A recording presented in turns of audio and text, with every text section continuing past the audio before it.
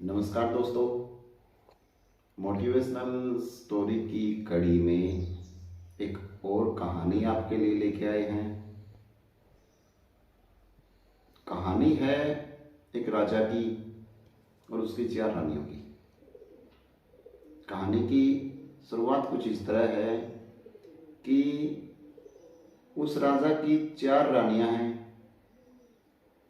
लेकिन जब उसका आखिरी समय आता है, मृत्यु उसके सिरहाने खड़ी है, तो यमराज उसे बोलता है कि चलो राजा, आपका चलने का समय हो गया है। अब राजा को अपनी रानियों की याद आई। उसने सबसे पहले अपनी बड़ी रानी को बुलाया और कहा कि रानी, अब मुझे जाना होगा और मैं चाहता हूं कि तुम मेरे साथ चलो, क्योंकि मैंने जीवन के लगभग 60 साल तुम्हारे साथ बिताए हैं, तुम्हारे लिए बहुत कुछ किया है, तुम मेरे जीवन का हिस्सा रही हो 60 साल, इसलिए मैं चाहूँगा कि तुम भी मेरे साथ चलो। लेकिन उस रानी ने उसके साथ जाने से मना कर दिया। राजा हताश हुआ। तब उसने अपनी दूसरी रानी को बुलाया और कहा कि रानी, मैंने अपने जीवन के लगभग 30 साल तुम्हें दिए और मैं चाहता हूं कि अब आखिरी समय में भी तुम मेरे साथ चलो, ताकि हम दोनों इकट्ठे रह सकें। उस रानी ने भी राजा को मना कर दिया, साथ जाने से मना कर दिया। राजा का दिल टूट गया। अब राजा ने अपनी तीसरी रानी को बुलाया और कहा कि रानी, मैंने सभी रानियों में सबसे ज़्यादा तुम्हें प्रेम किया है और मैं चाहता हूं कि तुम मेरे साथ चलो। लेकिन बात वही रही, ढाक के 3 पात। तीसरी रानी ने भी राजा के साथ जाने से मना कर दिया। अब बारी थी चौथी रानी की। राजा ने दूत के माध्यम से चौथी रानी को बुलाया।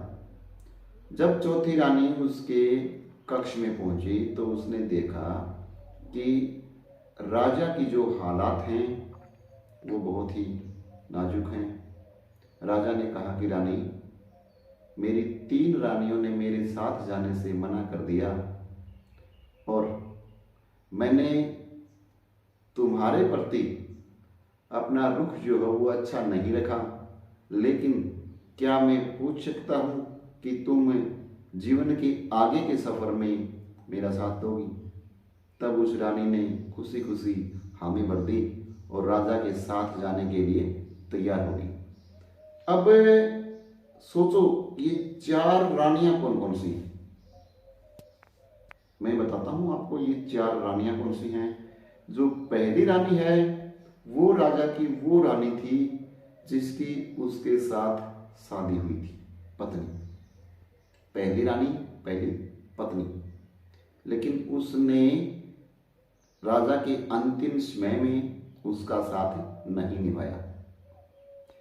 दूसरी जो रानी होती है हमारी, वो है हमारी नौकरी, हमारा बिजनेस, हमारा काम धंधा, जो भी हम करते हैं, अपना मोस्टली समय अपनी नौकरी को देते हैं। जीवन के 30 साल, 32 साल, 28 साल जो भी हैं अपने बिजनेस को देते हैं। लेकिन उस नौकरी ने भी हमारे साथ जाने से मना कर दिया।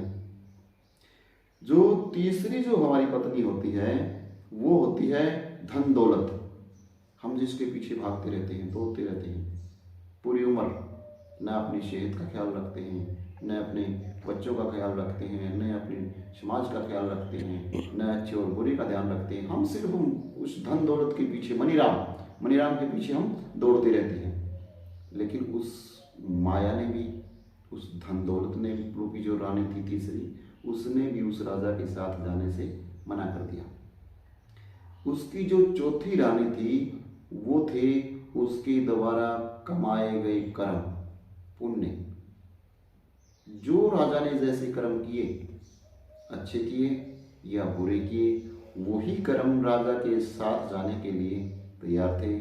तो दोस्तों, मृत्यु जो है वो अटल सत्य है। एक्सपायरी डेट सबकी निश्चित है, ना कोई उसमें तब्दीली कर सकता है। जाना सबको है, हम सब की रिटर्न टिकट पक्की है, लेकिन हमें यहाँ से लेके क्या जाना है वो हमारे ऊपर डिपेंड करता है, निर्भर हमारे ऊपर करता है। हमारे किए गए कर्म अच्छे या बुरे वो हमारे साथ जाएंगे। बाकी जो सब यार दोस्त हैं, जो भी कमाई है वो शमशान घाट के कोने तक ही सीमित है, उससे आगे नहीं जाएगी। शमशान घाट पे आपको बड़े ही सुंदर अक्षरों में लिखा मिलेगा कि यहाँ तक साथ निभाने के लिए शुक्रिया दोस्तों, आगे मुझे अकेले ही जाना है। तो आगे का जो सफ़र है उसमें सिर्फ हमारे कर्म ही हमारे साथ चलेंगे। धन्यवाद।